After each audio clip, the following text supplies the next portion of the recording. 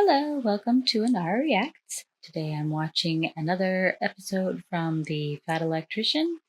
This one on the Real Rambo, the Green Beret that took on an army with just a knife. Now I've heard of Rambo. I've seen some memes, and I know it was played by Sylvester Stallone, I believe, though I have not actually seen the movie, but I believe the implication is supposed to be that he's something of a badass. So we'll see how that goes. John Rambo, the action hero that was an unstoppable, unkillable Green Beret from the Vietnam War that went into battle with nothing more than a big knife. This video is not about him. It's also not about the man that inspired that character. That was Audie Murphy. This video is about the real Rambo, the actual man that was inspired to join the military because of Audie Murphy, that would go on to become a Green Beret and go into combat against 1,000 men with nothing more than a big knife. Today we're talking about call sign Tango Mike, aka that mean Mexican Master Sergeant Roy Benavidez. Mean Mexican? This video is brought to you by Delete Me. He's a very stocky I thought you'd looking never guy. ask. 2 this week, huh? Which one was I supposed to use? I mean, either was fine, but both works, I guess. Still on the couch? Yeah, of course. Love you.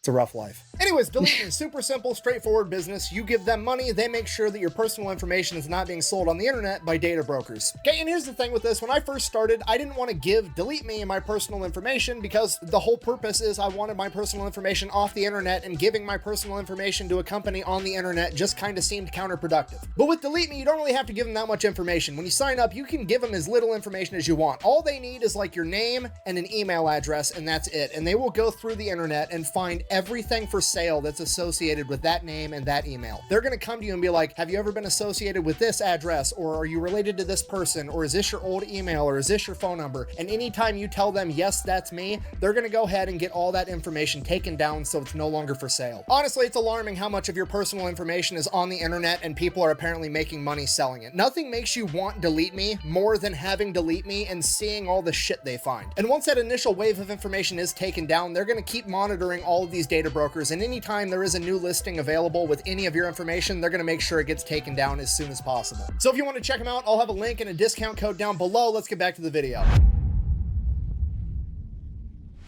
Born on August 5th, 1935, Roy's first memory in life was attending his own father's funeral after he had passed away from tuberculosis when Roy was 3 years old. 1 year later, Roy's mother would remarry, and 9 months after that, she would give birth to Roy's new half-sister. And from that moment on, Roy was essentially on his own. His parents gave all of their attention to their new daughter, and Roy and his younger brother Rogelio were kind of neglected. 2 years later, Roy's mother would develop a cough that would get progressively worse and worse, similar to how Roy's father had. Roy's mother now had tuberculosis too. And while she was on her deathbed, her husband, Roy's stepfather, would inform her that he would absolutely not be raising another man's kids. And 6-year-old Roy overhears this. He's terrified. He has no idea what's going to happen to him and his younger brother Rogelio. He's already lost his dad, he's about to lose his mom, and his stepdad doesn't want him, and that's the only family he's ever known in his entire life. On the day of his mother's funeral, his stepfather tells him and Rogelio to pack their things. They're going to go live somewhere else. They load up in the car, go off to where the funeral's held, and at the funeral, a man comes up and introduces himself as Nicholas Benavidez. He is their father's brother,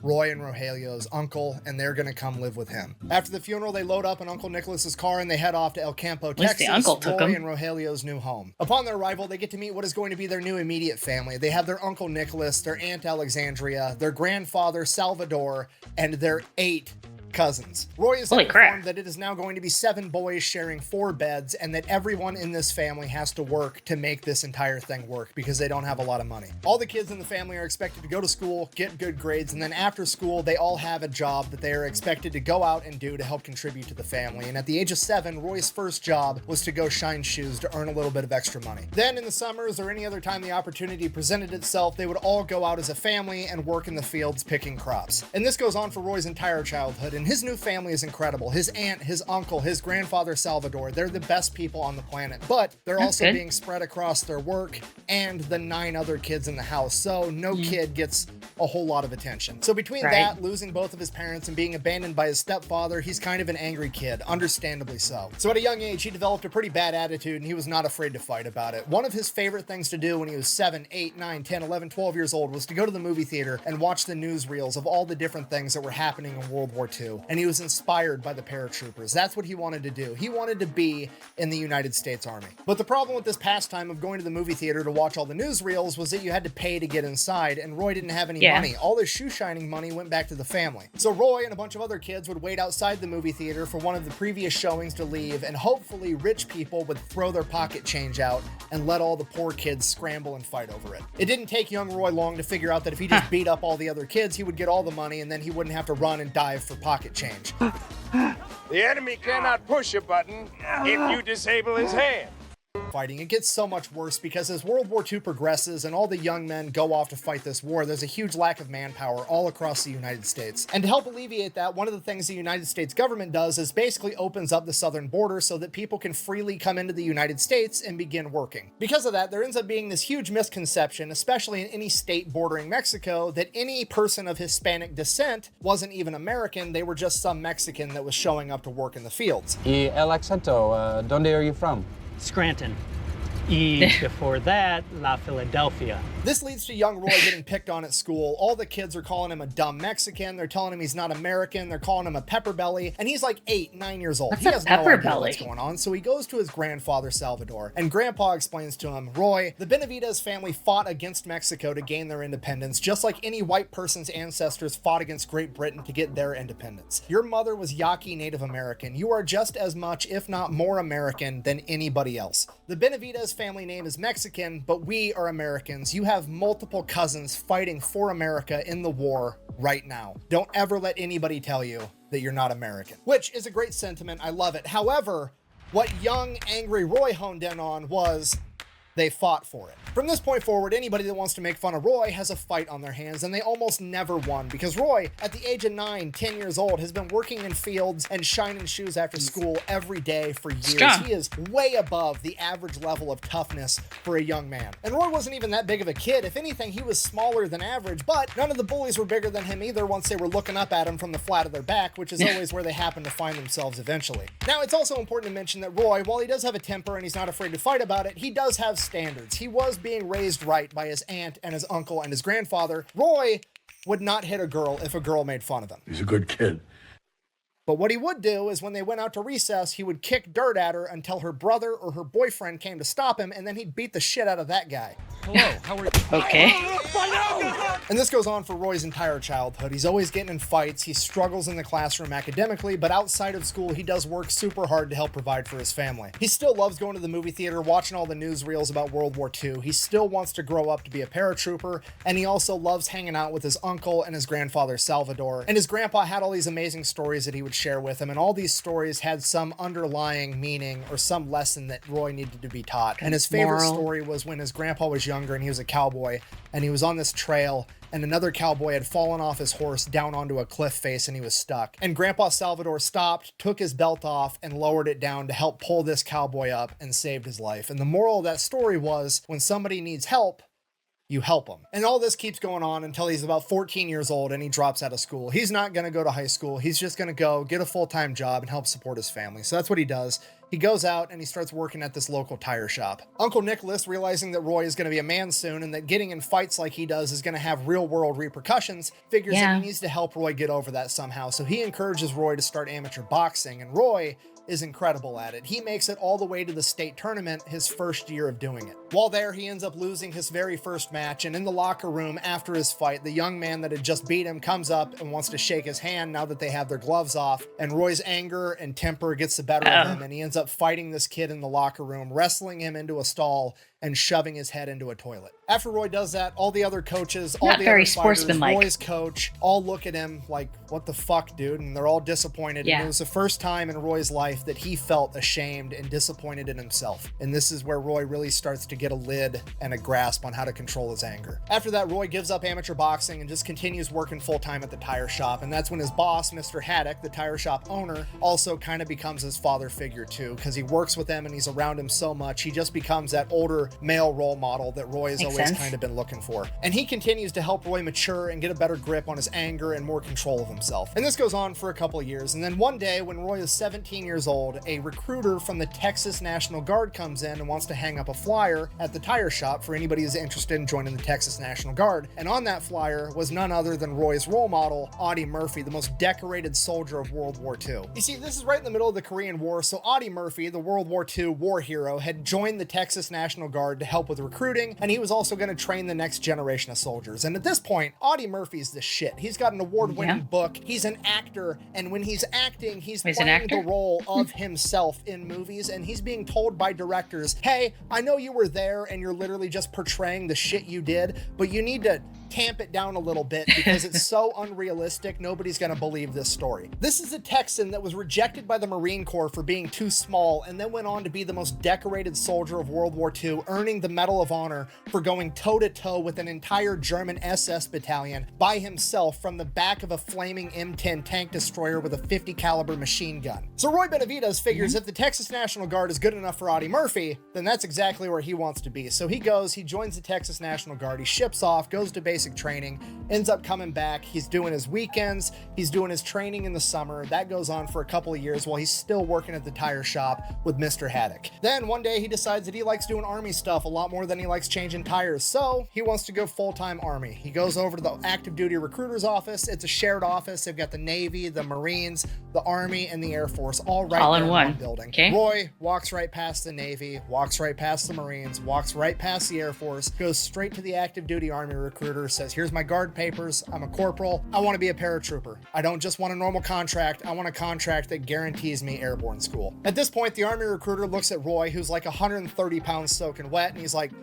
man, you're not big enough to be a paratrooper. At which point, I'm paraphrasing here, but Roy says something along the lines of, well, I could cut you down to my size and we'll see if you're good enough to be a paratrooper. Maybe that'll help you make your decision. At which point, the Marine recruiter overhears that and he comes walking over and is like, son, you should be a Marine. You've got the right attitude. I don't care how big you are. You should come be a devil dog with me. At which point Roy's like, no, I don't want to be a Marine. I want to be in the Army just like Audie Murphy was, which brings everything full circle because Audie Murphy was rejected from the Marines for being too small. And now Roy Benavidez is rejecting the Marines because he wants to be like Audie Murphy. Then the other Army recruiter, who's a captain, an officer, somebody that outranks the sergeant that thinks Roy's too small, comes in and he's like, no, we'll take him. Come with me. So they go, they start doing the paperwork, and Roy's like, okay, I'm a corporal in the National Guard. I've already been through basic training. I've already done through job training. You should just be able to send me straight to airborne school and then give me a duty station. And the recruiter's like, yeah, sure, whatever. Roy signs on the dotted line. He packs his shit. He gets on the bus and he's off to the Army. And Roy then immediately finds out the hard way that recruiter was either not listening to him at all or he was lying to him because they sent Roy straight to basic training again. And to add insult to injury, he is also not awarded an airborne slot after that, so he's not going to be a paratrooper like he always wanted to. After he gets done with training, he immediately gets sent over to Korea, where he is going to be there right after the Korean War ended, and he's going to be manning the DMZ, the demilitarized zone between what is now North and South Korea. He's in Korea for a year, then he comes back home for a little bit stateside, then they ship him out to Germany, and while he's there, he learns how to speak German, and in Roy's own words, he becomes the first Hispanic American that could speak German with a Southern accent. See, correcto. He gets done in Germany, he comes back home, he goes to military police school, becomes an MP, and he gets assigned to basically being a glorified chauffeur for high-ranking military officers, generals, colonels, etc. And then randomly, one day, a couple months out from his contract being up with the Army, he's trying to decide whether or not he wants to re-enlist, and this General Westmoreland asks him, you ever thought about being a paratrooper? And Roy's like, yeah, actually, that's the only reason I'm here. I wanted to do that. I kind of got screwed out of it. I'm thinking about re-enlisting, and if I re-enlist, I really want to be able to become a paratrooper. To which the general kind of like doesn't even really continue the conversation. He's just like, well, that's neat. Anyways, we're at the airport now. I got to go. Bye. And then Roy never sees this guy ever again. A couple months later, Roy's contract is about to be up. He has to decide if he's going to re-enlist or if he's going to get out. And his potential re-enlistment contract, there's an airborne packet courtesy of General Westmoreland. If he decides to re-enlist, he will get to go to airborne school and he will get to become a paratrooper. Okay. So that's what he does. He goes to airborne school, gets his jump wings, becomes a full-fledged paratrooper, and then he gets stationed with the legendary 82nd Airborne Division out of Fort Bragg. Fort Liberty, sorry. Okay, sidebar. Look, I don't care if we're going to be renaming change the stuff name? every once in a while. That's completely fine. However, name it after a war hero or something. Don't just pick a generic term like Liberty, okay? I don't need Fort Liberty. I don't need Fort Life. I don't need Fort Pursuit of Happiness, okay? Quit doing generic shit and name it after an actual badass war hero. Anyways, Roy's at Fort Bragg, Fort Liberty, North Carolina. He is with the 82nd Airborne. During this time, he's training, he's working, he's doing his thing. He also ends up meeting his wife, and he goes about this the old school way. He has to have chaperoned meetings with her until he earns enough street cred to finally be able to sit on the front porch of her parents' house with her. Her name is Lala. They get married, she ends up getting pregnant, things are going exactly how they're supposed to go. And then in 1965, Roy gets deployed to Vietnam at the age of 30. Roy gets sent over there as an advisor. He's going to be training the South Vietnamese in how to fight back against the North Vietnamese and hopefully prevent the spread of communism. That's the plan. So he starts training these guys, he's working with them, and it gets to the point that he has to end up going out on some of these missions with them because they need a leader. They need somebody with more experience to go out and show them how it's done. And he does that multiple times. And then one day he's walking through the jungle and all of a sudden, Oh, crap.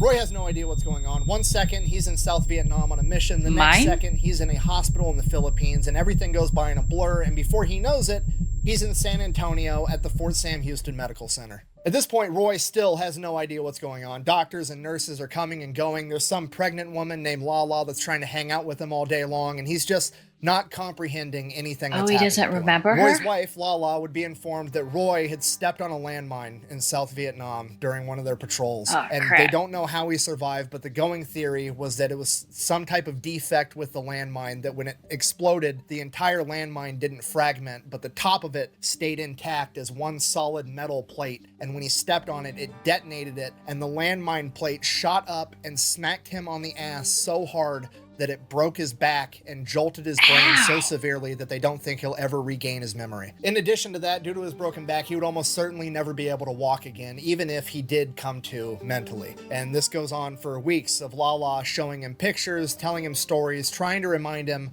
of who he was. And then one day, he just wakes up. He snaps out of it. He's sitting in a rehab room at the hospital by himself at a table. And in front of him, there's like the child's toy, you know, the big rectangle with like the cylinders and the squares and the triangles, and you shove each one through the corresponding shape. He's sitting there with that in front of him, and the PT person is like, "Can you put the shapes through there, Roy?" And he's like, "Yeah, obviously I could put the shapes through there." And they're like, "Well, why don't you go ahead and do it?" He's like, "What, am I applying to get into the Marine Corps? Like, what is happening right now? Why do you think I can't do that?" And they're like, "Well, just go ahead and do it." So he does it, and he's like, "Okay.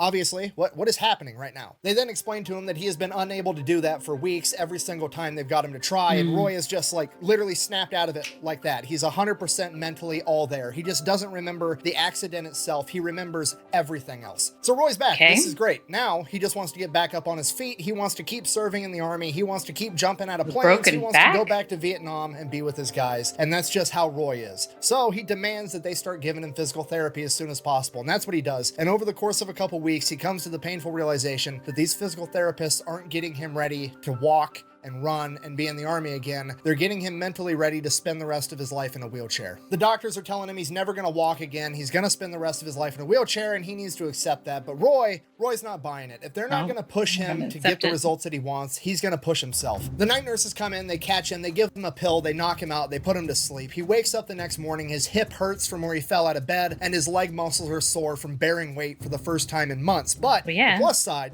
his hip hurts and his legs are sore, so obviously they're going to work if he just keeps building them up stronger and stronger. So that's what he does every night. He rolls out of bed, he drags himself across the floor, lifts himself up, and puts as much weight on his legs as he possibly can. Sometimes the nurses catch him and try to put him back to sleep. The nurses are getting pissed off at him because he keeps doing this, but his legs keep getting stronger and stronger, and he's able to make it over to the nightstand faster and faster. And it gets to the point where all the other guys in this medical bay realize what he's doing, and they start cheering him on at night. Nobody's ratting him out. They're trying to distract the nurses to get Roy the time that he needs. I mean, obviously he can do it. He's doing it. And this goes on for months. During the day, they're getting him ready for his life in a wheelchair. He's begging them just more time for more PT, and he'll be able to walk again. They're not buying it. They're doing the paperwork in the background to get him med boarded out of the U.S. Army. They know that he's done. But Roy never gives up on himself, and he keeps training every single night. Then, after having been in the hospital for 5 months, the doctor walks in with Roy's discharge papers. Roy begs and he pleads not to discharge him out of the army, and the doctor finally says, Roy, even if we continue doing PT, at best, maybe you'll be able to stand up one day. You're never going to be able to walk again. At that point, Roy hops up out of the bed, stands directly in front of the doctor, and takes one step towards him. And it was one of the most excruciating pains that he's ever felt in his entire life. He's got tears in his eyes, but he's looking this doctor right in his face. And the doctor, shocked that Roy hopped out of bed and took a step towards him, says, Benavidez, if you can walk out of this room, I'll tear these papers up. So Roy walked out of that room.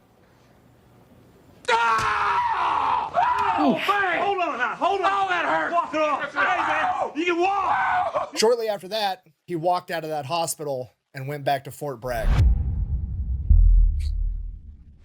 Obviously, did he make a full recovery but despite where it didn't that, hurt Roy's anymore? gonna do the best job he can no matter what tasks they give him. So he crushes that job the best he can, and when he goes home at night, he continues to train. First, he starts walking a couple miles a day. Then he's walking 5 miles a day. Then he's running 5 miles a day. Then he's running 10 miles a day and doing 500 push-ups in a single day, every day. And he works himself up to being just as fast, just as strong as he ever was. And then, since he did such a good job at that desk job, he kind of figured out how things worked. And then wouldn't you know it, one day, out of the blue, Roy Benavidez's name ended up on a manifest to do one of the jumps for the 82nd Airborne's training. Not just one manifest, but How'd three. that happen? Roy did 3 jumps in a single day after having broken his back. What are the odds of that?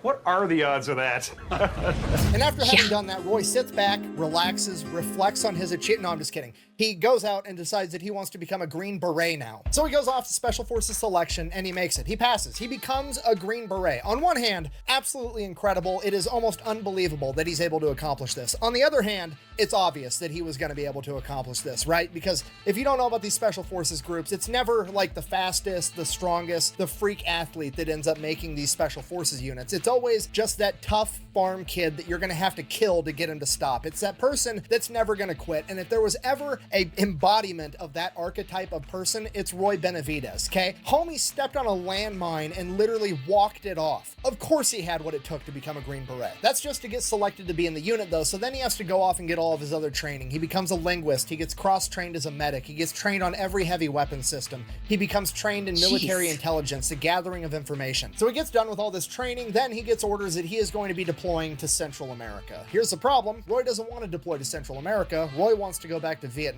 So Roy goes back to that very same office that he worked in for a little while he was training before he became a Green Beret, and wouldn't you know it, somehow or another his orders got changed and he was sent to Vietnam instead. It's me.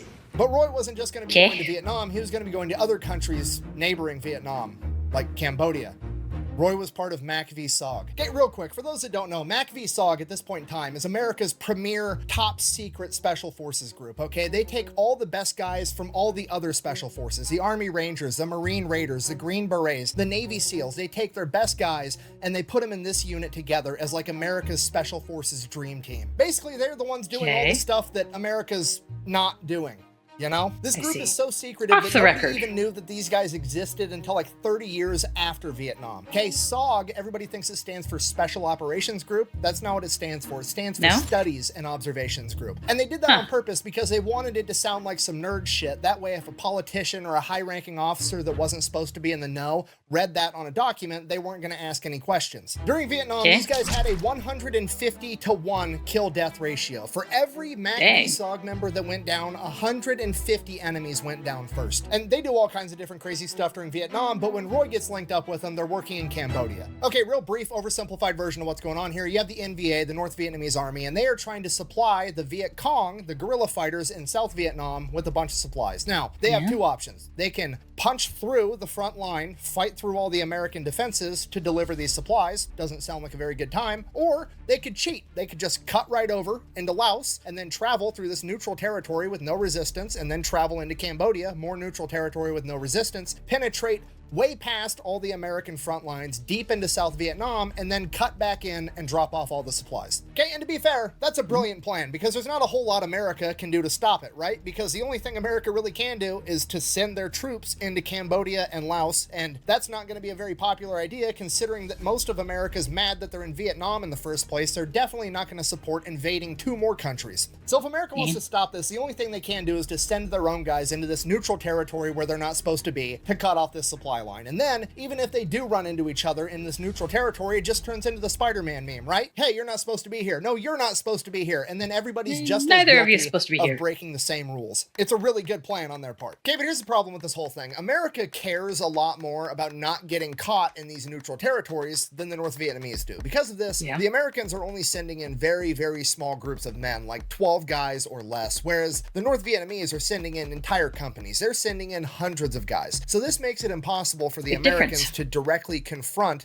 the North Vietnamese. So rather than confronting them, they start stalking them. They start tracking them down and following them, writing down what their most commonly used paths are, what they're dropping off, where they're dropping it off. They try to memorize all their different routes. They try to figure out anything and everything they can about their operations inside of Laos and Cambodia. So that goes on for a while, and then somebody gets the bright idea of like, hey, we know where all the enemy's ammunition is. What if we just snuck in a bunch of defective ammunition that blew up when they tried to fire it, and then it would not only A, take care of some of the enemy troops that got demoralizing, from, right? you know, howitzer round blowing up, or ammunition blowing up, or defective ammo, and they go and try to get into a firefight, then the Americans are guaranteed to win. There's that aspect, but then there's also the psychological aspect of the enemy isn't going to trust their own supply line anymore. So then that goes on for a little while, and then eventually the North Vietnamese and the Viet Cong figure out that the Americans are doing this, so they start sending out their best guys, their equivalent of MACV-SOG, and they send them out into these neutral territories to try to hunt and kill the American MACV-SOG operators. Because of that, the MACV-SOG casualty rate goes up, and at one point it was actually reported as being a 100% casualty rate. If you were in MACV-SOG during this era, there was a 100% likelihood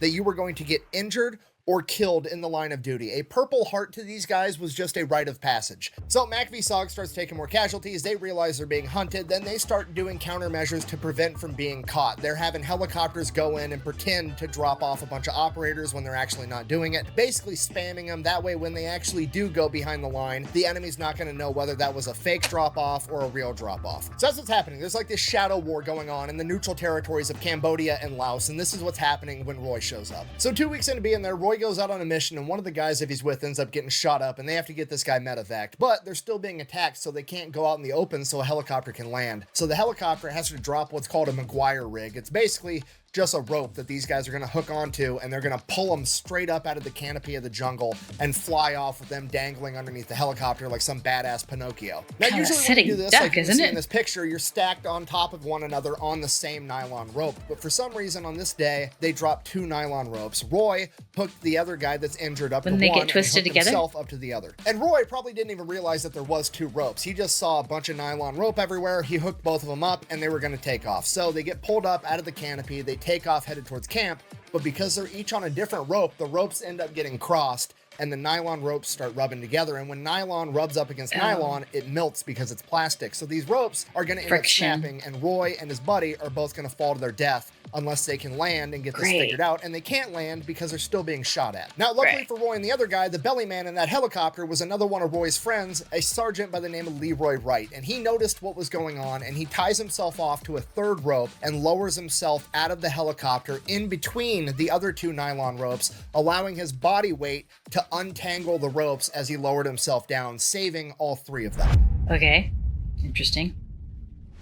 2 days after that, the Roy 3rd rope wakes up didn't in his get tangled cot, too. time to go get breakfast. He heads off towards the chow hall. He's making his way there, and everything just starts scrambling. There's radio transmissions coming in saying it's a Daniel Boone tactical emergency. Daniel Boone is the name of the operation in Cambodia. You're not supposed to be saying that over the radio, period, which means that shit has really hit the fan somewhere. Everybody around him starts scrambling. Helicopters start going out, and helicopters start coming back in, all shot up with injured men on them. And Roy goes up to one of these helicopters trying to figure out what's going on.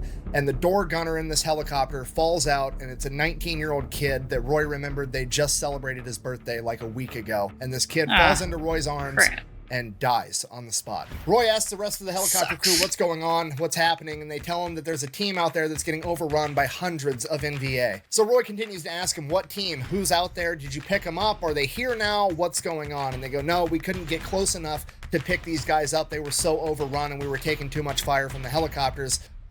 We don't know who it was, but it was the big black dude that saved you the other day. And Roy immediately knows they're talking about Leroy, and his entire team is still out there. So Roy asks them, are you going back out there? And they said, yeah, we're going to go back out there, but we're not going to be able to land. The only thing we're going to be able to do is drop ammunition out of the helicopter above them so they have ammunition to keep fighting. And to Roy Benavidez, it sounds an awful lot like somebody needs help. And with that, he runs over, grabs his medical bag, jumps in the helicopter, and they take off. A couple minutes into the flight there, Roy realizes that in his hurry to run and grab his aid bag so that he could help, he made a mistake. A really, really big mistake. He forgot his gun. God damn it! He is now in a helicopter flying into combat with no gun, no food, no water, no grenades. No spare He literally has guns on the an 8-inch helicopter? recon knife and his aid bag, and that is it. Despite that, Roy is still determined to help these guys. So they get there, they drop the ammunition out of the side of the helicopter on top of these guys, and then they fly off. And Roy says, get me as close as you can and land this helicopter so I can jump out. And they get him like 150 yards away from where this team is injured and pinned down. And Roy jumps out of the helicopter and starts running towards them. He makes it 10 steps, gets shot, drops him. He got shot in the leg. He tells himself that he tripped and landed on a thorn bush, and he's not actually shot, but he knows he's shot. He keeps running towards him, and he makes it another 50 yards, and he gets shot again. This time, it's a glancing blow to his helmet. He doesn't know that yet. Maybe he got shot in the head. Maybe he didn't. Maybe it was shrapnel. He has no idea. He'll figure it out later if he makes it. So he just keeps running to the team, and he finally ends up making it to him. So he makes it to where the team is pinned down. They're all spread out, way too far out. They're not in a defensive position. They're running out of ammunition. Every single person there is shot, blown up. Everybody is in horrible shape. So Roy gets to work. He picks up an AK-47 off a dead NVA soldier as he runs to each individual team member, giving them morphine, whatever medical aid he can, and then dragging them over to this anthill, this big pile of dirt, to get them in this defensive position where they're actually semi-close together and they can start fighting back. Roy ends up making it to the guy with the radio, and he's like, this is Tango Mike, I've still got men on the ground. I need to get these guys medevaced. I have green smoke grenades. I'll pop them so you know where we're at. While the helicopters are on their way, Roy keeps going and getting more guys and dragging them back to the anthill, giving himself and everybody else morphine. The helicopters finally show up. The door gunners lay down suppressing fire, and Roy starts loading up the guys at the anthill onto the helicopter, but he still has more men out towards the bush line that he hasn't been able to make it to yet. So he gets all the guys on the helicopter, and then he tells the door gunner, hey, we still have men over there. Cover me. And Roy takes off running next to the helicopter as the helicopter is gliding next to him, and him and the door gunner are returning fire into the wood line, trying to make it to the other men. So Roy and the helicopter make it to the last guy that Roy knows of, and it's not Leroy. So he asks this guy, where's Leroy at? And that guy points him towards the wood line and says he got hit back there, and he's got a bunch of confidential, classified information on him. So Roy decides that he's going to go get it. He takes off running towards where this guy pointed him out in the wood line, but the helicopter can't follow because it can't get that close to the trees. So the helicopter door gunner continues to lay suppressing fire while Roy runs into the tree line and finds Leroy's body. He gets all the classified intel off Leroy's body, and then he begins dragging Leroy's corpse towards the helicopter because he at least wants to bring his friend's body home. And then he gets shot in the back. As we all know, it's always darkest right before the dawn, but as we also all know, sometimes it's darkest right before it gets even fucking darker. After being shot, Roy turns around, realizing he's not going to be able to bring his friend's body back with him, and starts running towards the helicopter. And then he sees the helicopter pilot get shot through the window as the helicopter spins out of control and crashes. Roy makes it to the crash site, and everybody there that survived is pretty much ready to call it a day. They've accepted the fact that they're about to die, and Roy hasn't. He starts dragging everybody, getting them away from the burning helicopter and getting them into another defensive position so that they can fight back. He's going and getting AK-47s off of dead NVA soldiers, getting these guys guns. He has guys that can't even see. They're missing eyes, and he's just telling them, shoot that way. Under Roy's leadership, they start fighting back, and Roy starts calling in airstrikes, F-111s, F-4 Phantoms, gunships, anything and everything they have, and they just start bombing this tree line with all they've got, and they do it over and over, but the enemy soldiers just keep coming and coming. There's literally hundreds of them, and this goes on for hours. It's too hot for them to get a helicopter in there to load people up, and every time they bomb the tree line, more enemy soldiers run out of it towards Roy and his crew. And it gets to the point that they're literally using the dead bodies of soldiers as sandbags to stop bullets. Roy and the men on the ground don't realize it at this point in time, but the crews up in the gunships that are mowing down the forests that the enemies are coming from are starting to mow down so much vegetation that they're starting to see straight lines, which don't occur naturally in nature. These are bunkers with fortified machine gun positions. The MACV-SOG team didn't just stumble across an entire battalion of men, they walked right into an entire NVA base inside of Cambodia. Eventually the air crews come to the realization that with this base there's got to be at least 1,000 men, an entire battalion there, and there's a road where they can bus in even more men for reinforcements. They're not going to be able to keep this up and get Roy and everybody else to be alive and handle this the right way. So the only thing that they can do is to have a carpet bomb of that forest, and at the exact same moment that those bombs start dropping, they're going to send in the helicopters to try to pick up Roy and everybody else. So a group of A-37 Super Tweets bomb the tree line as a Huey comes down, and Roy starts helping to load these men into the helicopter. Some of them have lost so much blood they can't even pick themselves up. And while this is happening, the North Vietnamese soldiers rush them. They're coming straight towards the helicopter. They're firing. Roy's trying to load the men on while firing back. The door gunner's returning fire, and one of them ends up making it to Roy, and for some reason, whether he was out of ammo or whether he was trying to take an American alive, he hits Roy in the back of the head with the buttstock of his rifle. Roy falls down, and then he swings it again at Roy's face, dislocating his jaw. Roy, somehow still conscious, gets up, starts trying to wrestle this guy to the ground. He lost his gun. All he has is his recon knife, and this guy's got his rifle with a bayonet on it. And the enemy soldier goes to lunge at Roy with the bayonet, ends up cutting Roy's arm, and then Roy lunges at him, misses. The enemy soldier lunges back. He ends up stabbing Roy in the stomach with the bayonet, and Roy ends up getting to him with the recon knife, stabbing him in the chest and killing him. Roy pulls out the bayonet, can't get his recon knife out of this guy's chest, and he's now holding his intestines in his stomach with one hand. At this point, Roy's right next to the helicopter, and he's looking right at it. He should get in the helicopter, but he turns around away from the helicopter, and there's 2 Americans still out there returning fire that are able to fight. They're just not able to walk, and Roy runs towards them.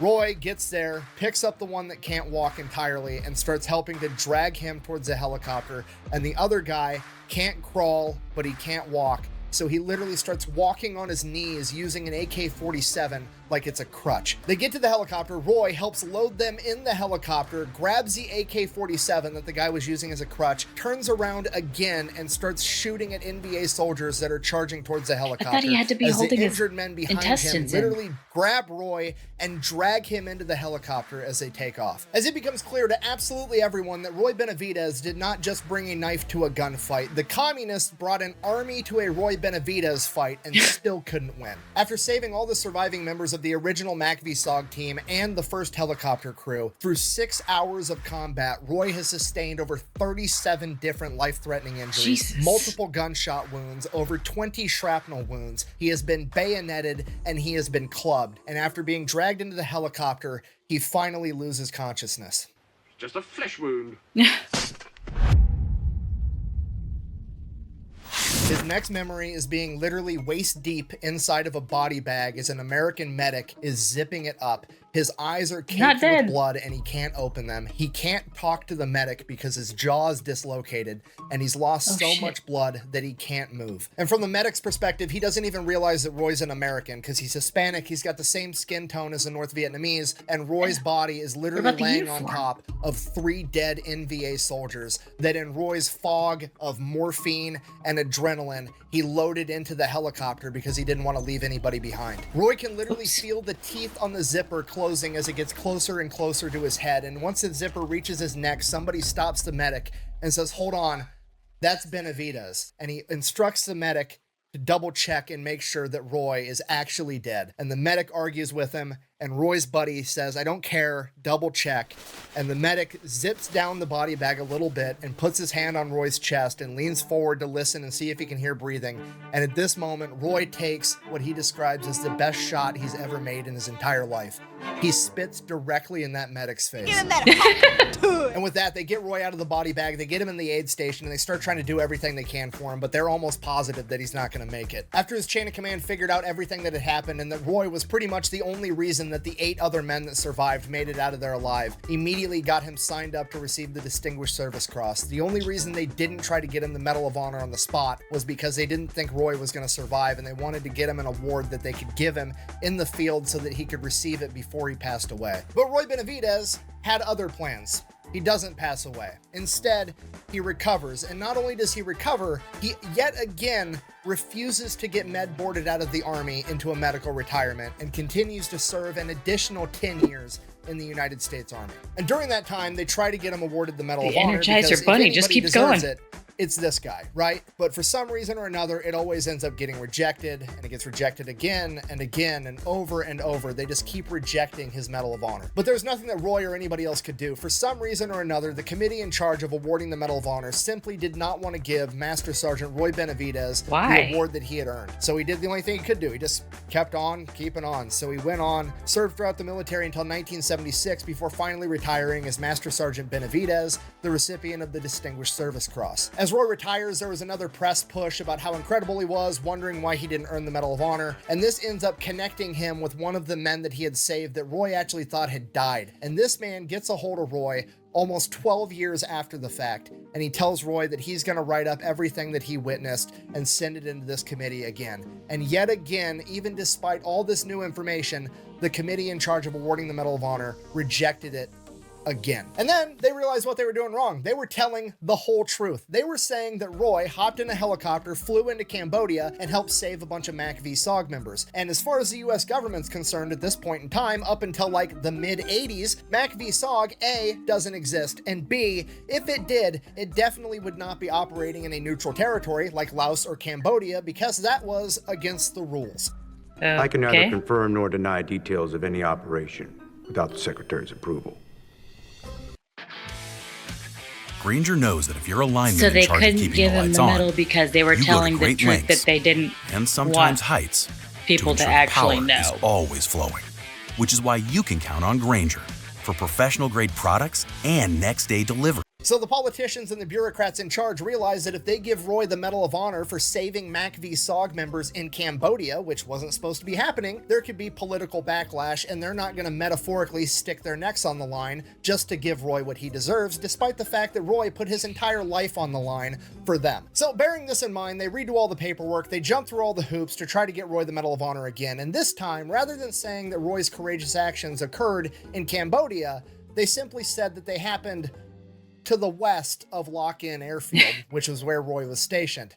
They just didn't bother to say how far west. And once you know it, it gets approved. Roy Benavidez receives the Medal of Honor in 1981 from President Ronald Reagan, 15 years after the fact. After getting what he had earned, he finally gets to go home with his wife and kids and enjoy his retirement for all of like a year and a half. Because on a random day in 1983, he receives a letter in the mail from the US government informing him that he would not continue to receive his veterans disability benefits from his injuries that he sustained during the war. And Roy's not having it. He goes straight to the media, starts putting out press releases and giving interviews talking about how ridiculous this is and putting political pressure right back on the politicians. And wouldn't you know it, a couple weeks later, the US government comes out with a statement of like, oh hey, we're sorry that we're doing this. We haven't been handling it appropriately. We're going to continue to do it, but we're going to do it in a more humane way for everybody involved. And while I can't prove this, I'm willing to guarantee that Roy Benavidez got the notification of like, oh, sorry you got that letter. Obviously this doesn't apply to such a high profile person that's got enough leverage to be a pain in our ass. Here's your benefits, but we're going to go ahead and fuck everybody else. And Roy wasn't going to allow it. He came out and said that if they can try to do this to him, he can't imagine what they're going to try to do to everybody else. So he keeps fighting for not only himself, but for the other 350,000 veterans that were getting their benefits cut, right? Because they need help too. And Roy's gonna help them. So he keeps pushing and putting more pressure on the US government. Basically just comes out and says, hey, the same Ronald Reagan administration that gave me my Medal of Honor is now telling me and a bunch of other veterans that we're not good enough for the benefits that we earned. And with that, he finally gets to testify in front of the House Senate committee in charge of this entire operation, and they end up shutting the entire thing down, preserving the benefits for 350,000 veterans. And with that, Roy Benavidez could finally go home, enjoy his retirement, and live happily ever after. So, in conclusion, when somebody needs help, you help them. And for the love of God, the fact that somebody renamed Fort Bragg Fort Liberty and not Fort Benavidez instead is borderline criminal. Thank you for watching. Best way to support the channel is go buy some merch over at thefatelectrician.com. Quack bang out. Oh, hey, real quick. If you guys wanted more, there's a book called Legend by Eric Blim, all about Roy Benavidez. The author spent like 3.5 years researching for it, and he actually helped me make this video. So if you guys wanted to check it out, it's over on Amazon, and I'm sure it's on his website if you wanted to Google it too. I'll have it all linked down below. Thanks for watching. After that PlayStation comment, I'm taking these back. Come on. That's not funny. I want those. No.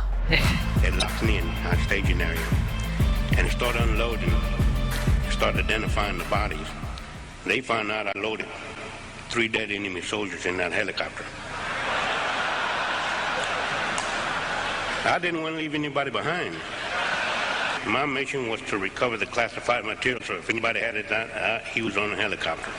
They left the 3 enemy soldiers on the side, and because I sort of look Oriental, they thought I was one of them, so they let me lay right next to them. And they were putting us in body bags. And I remember that my feet been lifted, and I was inserted into the body bag, and I could hear that zipper coming up, and I thought, oh my God, no, no.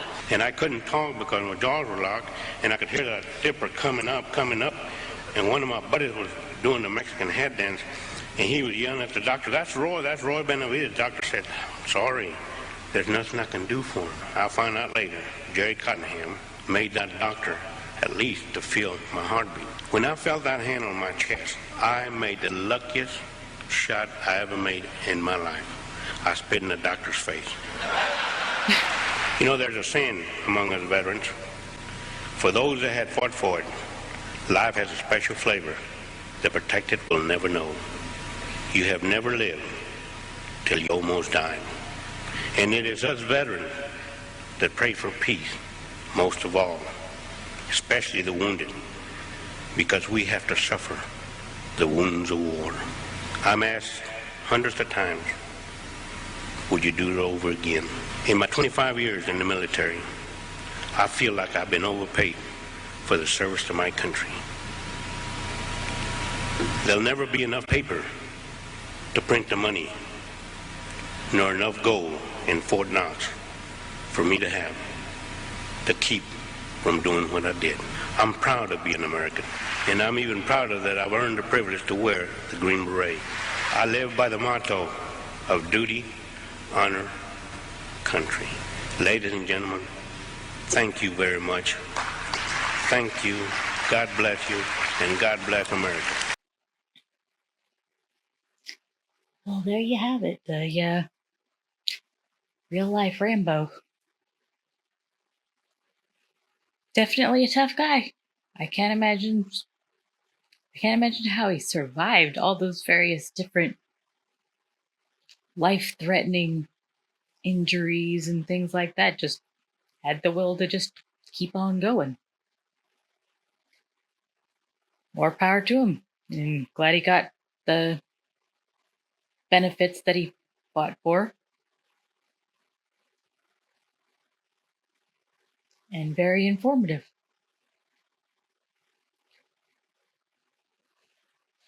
So,